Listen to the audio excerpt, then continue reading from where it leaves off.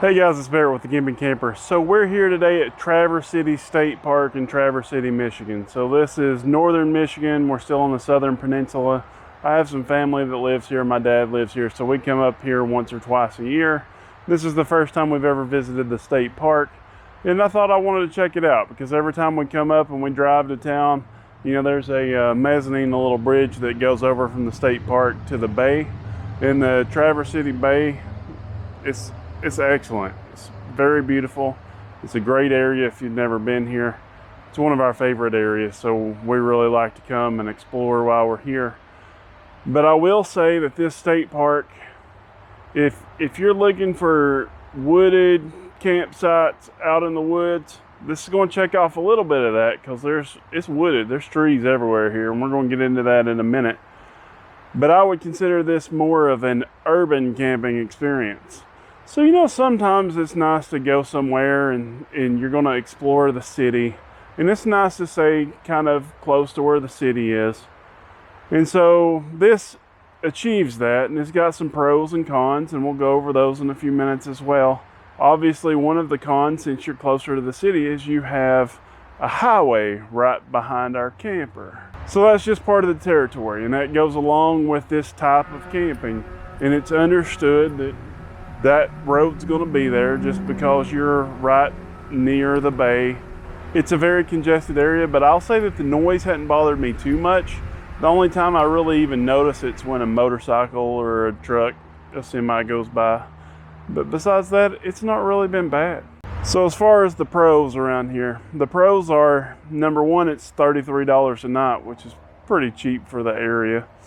But, you know, I have to say that I just love the area here. You're within a couple of miles of downtown where they have all the fancy frou-frou shops and all that stuff. It's a nice area, and you're right on the bay. There is, like I said, some beach access here. Apparently the beach used to be a mile long.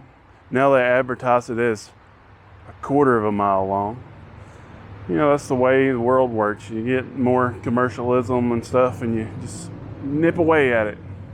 But I will say that, you know, it is beautiful here on the bay.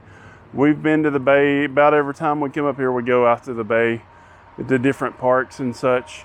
And I've been to a couple others, and I'll throw some videos up here and in the description as well. But we've never stopped at the state park beach. And like I say, there is a short walk to the beach. You know, our camper is the second one from the mezzanine there, and it's pretty close, and we can just go over there. We can hang out at the beach if we want to. That being said, here in June, it's still pretty chilly over there. My daughter is going to drag me over there and go swimming in a minute, and I guess I'm going to go, but we're probably going to freeze. That's just part of the game. As far as Verizon goes, you're going to have all 5 bars. So you're going to have pretty fast service here. I got 4G LTE.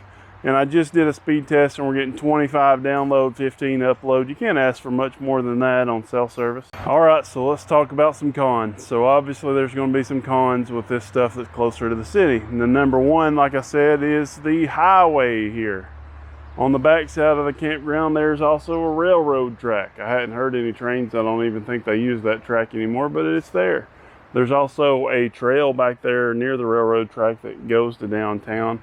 And I did read that there's another trail that extends with that. If you're riding a bike and you want to go all the way to Sutton's Bay, you can just take that trail all the way down there. I think it's somewhere around 25 miles, but I'm not sure. A lot of people, when they choose a campground, really like places with shade. And I can see the pros and cons there. This place, I'll say that it must have been some pretty dense forest when they come in here and made this campground, however long ago that was. Because there are trees out the wazoo in here. The problem, though, is that there's trees everywhere. I mean, even driving around the road here with the rig, I was a little bit nervous because, you know, you got trees right beside the road, halfway through this park. Not many of them are leaning like over the road, but I was pretty nervous, especially after having a little accident I had a few weeks ago that I didn't even know I had. So now I'm kind of gun shy about the whole deal. But, you know, just know if you're coming in here, it's going to be tight. There's a bunch of trees.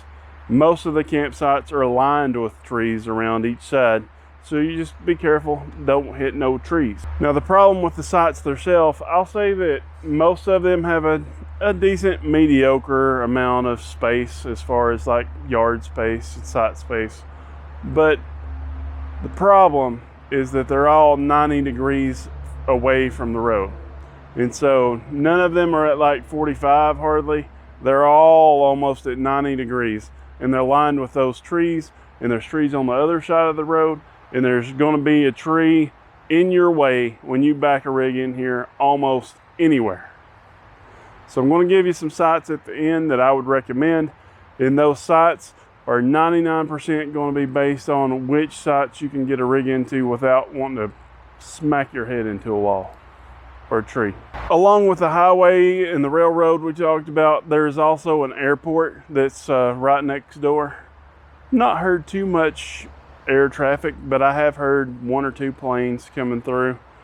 But I just want you to know that this is going to be one of those places where you're going to just accept that there's going to be some noise pollution. All right, so let's talk campground specifics here. They do have a small playground that's over near the mezzanine that goes over to the beach. There is a larger playground at the beach area over there at the end of the quarter mile. There's also a place over there where you can rent some kayaks and some stand-up paddle boards and all that stuff. The bathroom that's up here near the mezzanine, it's pretty new. It's nice. Caused me a little bit of confusion though. I thought I was gonna get smacked when I opened the door. So I walked around. You can tell it's a bathroom. It's got a bathroom on the map, but there's no signs on the actual bathroom that say bathroom. No women's signs, no men's signs.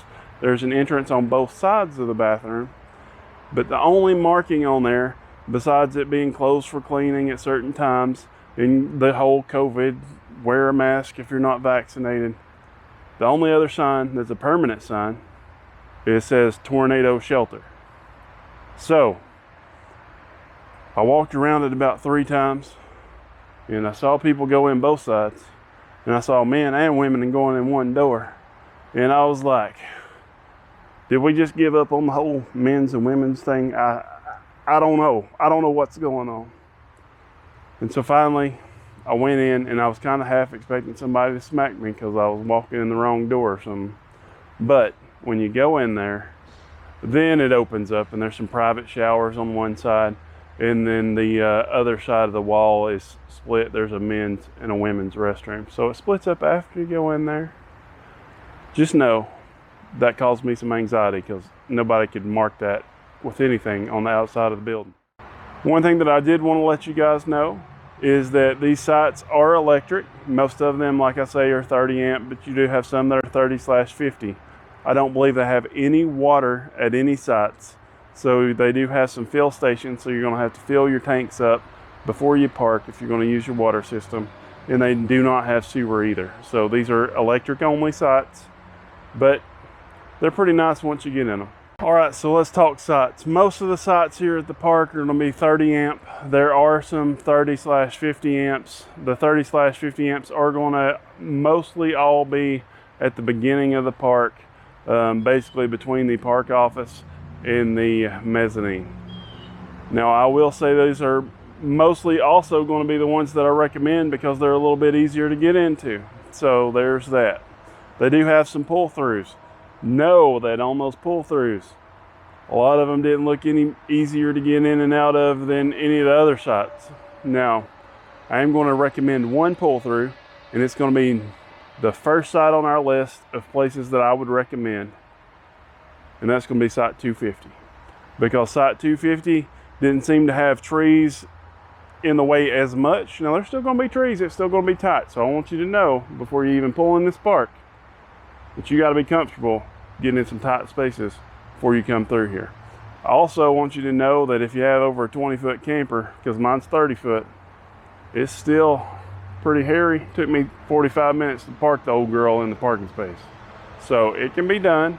And I saw some in here that were longer than mine, and I don't know what they did when they got in there, but my hat's off to them. But I'm going to tell you that I would recommend site 250 as my most preferred site, as the easiest one to get in and out of.